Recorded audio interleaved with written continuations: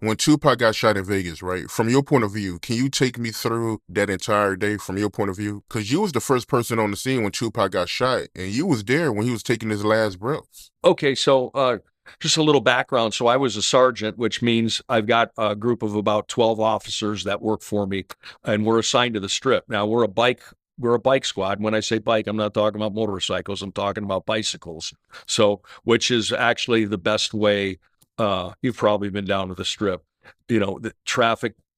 You can't get many places fast in a car. There's too much traffic. There's also a lot of foot traffic. So a bike is really the best way to get around down there. So I was a sergeant. I'm on a bike. The sergeant usually would ride alone, and then the other officers would ride in pairs of two, and then we would have a prisoner transport vehicle that if you make an arrest, they'd come by and pick your guys up. So that obviously you're on a bike, so they would do that. So I was working swing shift. Shift starts at 3. We knew it was a Tyson night. So it was going to be busy. There was another squad working a double coverage squad because it's Saturday. It was a Saturday night. So we knew it was going to be busy. I mean, just Saturday night on the strip by itself was busy, and then you make it a Tyson night, and then it was September, so the not real hot, not real cold, good night for people to be out playing. So it was busy. So what had happened is it was kind of not. It was a little bit busy earlier in the day, but things don't get really cooking until usually after the fight. So nothing really out of the ordinary early in the day. We had heard about the fight in the MGM where Tupac beat up Anderson, but I got to tell you, it really at that moment didn't mean much. It was like we talked to security. It's like, hey, there was a fight. Everybody's gone. They all left. No one needed to go to the hospital. No one's wanting to press charges, sticking around. There's really nothing for anybody to do. It's like one of those things. Hey, everybody left. It's see you later. So that was it. But the fight. But they had the video. They kept the video of that incident. So the fight happens. I got to watch the fight, which is cool because I got to watch all of Mike Tyson's fights back in the day, being a sergeant down there on the strip. So he fought Bruce Seldon that night, and it wasn't really much of a fight. Seldon went down in the first round, and that was the end of that. But afterwards, you start getting calls, things happen, fights breaking out, people pulling guns and stuff on each other, but there hadn't been anything real serious happen. So I was on my bike outside of the MGM, and when we've all got our radios, our police radios. So just so everybody knows the way it works, when one cop speaks on the radio, all the other cops can hear it. We can all hear each other. And then there's a dispatcher in there too. So about 11 o'clock, I hear, and you start to recognize like the people you work with, their voices as opposed to other people's voices. And you just kind of, your ear goes more to when they speak so you can hear what's happening. So, night was going along doing its thing, and all of a sudden, two other officers came out on the air and yelled that there were shots fired at the corner of Koval and Flamingo. So they were up in a parking garage. So they were about 5 floors up, so they can kind of see what's going on, but they don't actually see the shots because they're in the garage, but they hear them because they're right there. That at the time was the Maxim Hotel. I think it's a Westin now. So they come out in the air, shots fired, and they say there's like 6 vehicles fleeing from the scene. So all the 6 vehicles take off towards the strip. Now they don't know. No one knows like who's the shooter, who shot, where did the shots come from? Are these guys victims of the shooting? Are they the shooters themselves? I mean, they don't know anything except somebody's shooting. It turns out there's 14 shots, so in a very short period of time. So very quick, loud, hard, violent shooting. So they go out to take off after the cars. So you got an entourage of cars that's leaving, kind of hauling away from there, and they're heading towards the strip. So they go to try to catch up to them, but they're on bikes. The other guys are in cars, so they can't quite keep up with them. But there's also traffic, so they can't really 100% just step on the gas and lose them either. So they follow them. They're following from a distance, and they're putting out in the air, "Hey, we're in pursuit. We're trying to catch up to these cars. There's like 5 of them. You know, we don't know what's going on." So that entourage of cars, and as it turns out later, so Tupac's car is like right in the middle of that entourage. So they had hit when they left the scene. They're trying to get out of there as fast as they could. They had hit a curb and blown out both of the right hand side tires of their vehicle. If you look at some of the crime scene photos that are on, you can even find them on the internet. If you look at the rims of that car, his rims are smashed into the point where the tires went flat. So he hit the curb hard. So as they head to the strip, and they hang a left on the strip, which is not far away. It's only like 2 blocks to this, maybe 2 blocks to the strip. So they hang a left, which sends them directly towards me. So they're heading towards me, and I'm heading towards them. They're heading southbound, I'm heading northbound. So we're coming at each other.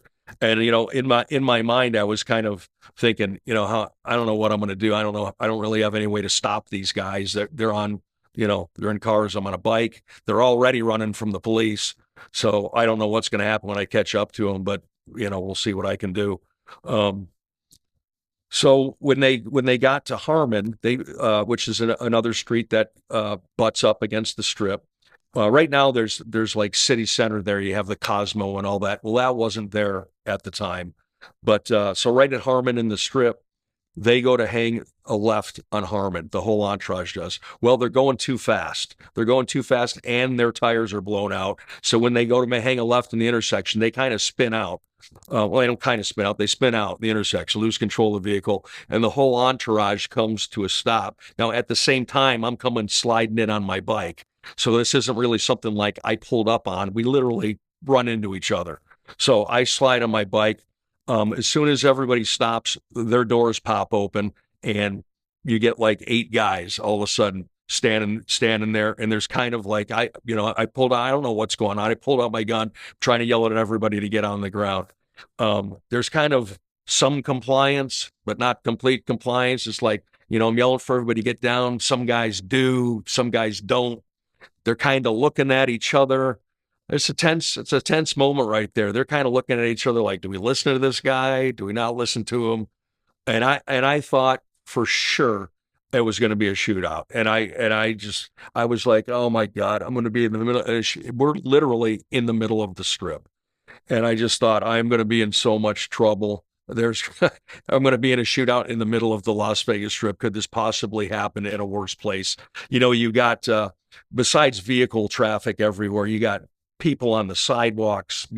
This is before where they had the pedestrian bridges. So anybody crossing the street literally had to cross the street. So you got a lot of people out, and it's a chaotic mess. So as I'm yelling at everybody to get down, I'm waiting for the shots to ring out. Well, fortunately, that never happens. There's no shots.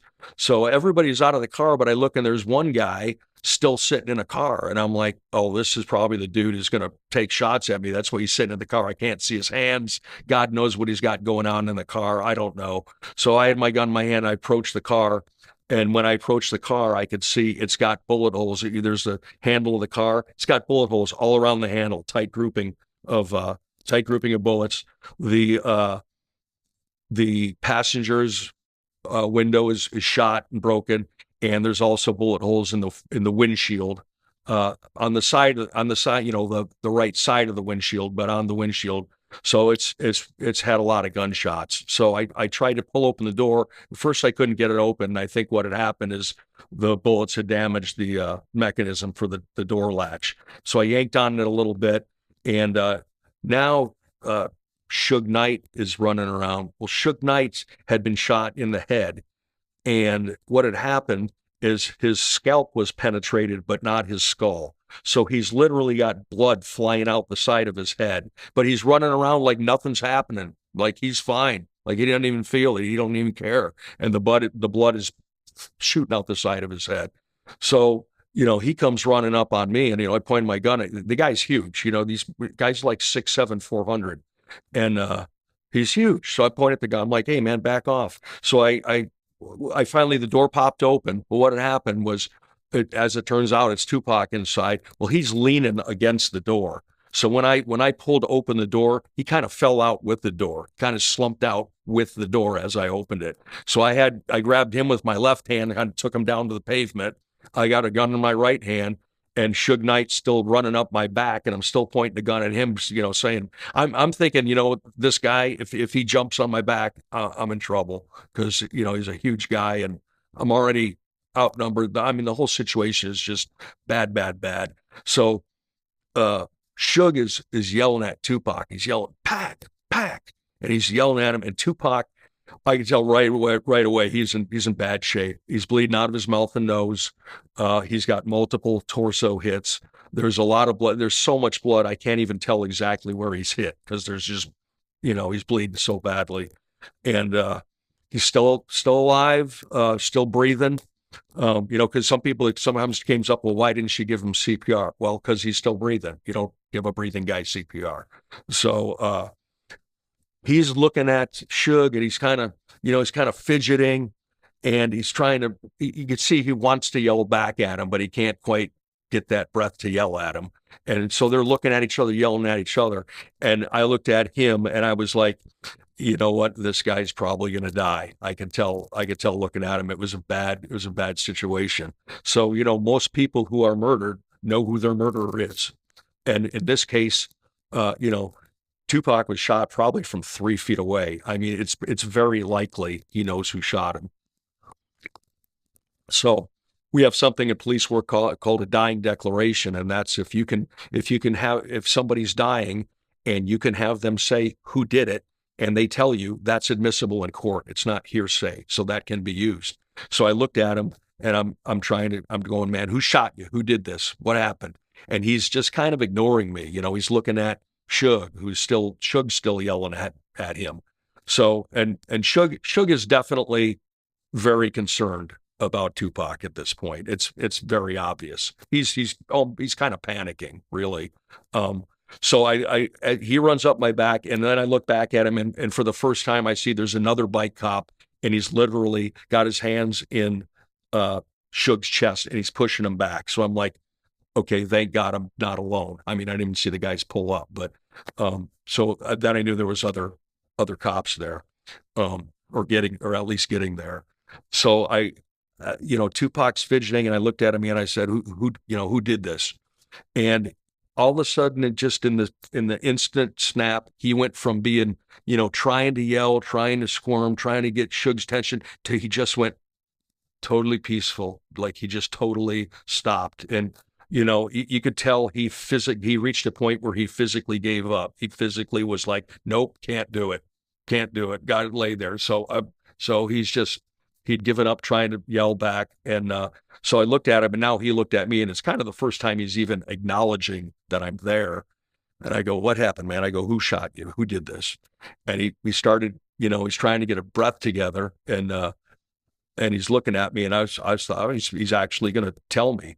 And, he got his breath together, and he looked at me, and he said, fuck you. And after he said it, his eyes kind of rolled back in his head, started gurgling, blood coming out of his mouth and nose, and he slipped out of consciousness. So that would be his last words that he ever said. So it takes a little while for the ambulance to get there, not a long while. And people always ask me, like, exactly how long did the ambulance take? And I'm like, you know what? That's a hard question to answer. It felt like forever, of course, but I'm guessing probably about 4 minutes. So relatively quick. So when Tupac now is not, he's still breathing, but it's not good. His situation is not good. There's really nothing as far as first aid I can do for the guy. So the other guys are from the entourage. Now there's, a couple more cops. They're proning them out and searching them. And the situation is still chaotic. And mind you, like I said, we're in the middle of the street. You still got cars trying to go around you, people walking around you. It's a mess. So the ambulance gets there. Well, as soon as they get there, they intubate him. They put the tubes down his throat to try to get an airway going, and they put him in the ambulance, and also Suge goes in the ambulance too because he's still got blood flying, and he's just out of control. He's running around. He's everywhere. He's yelling.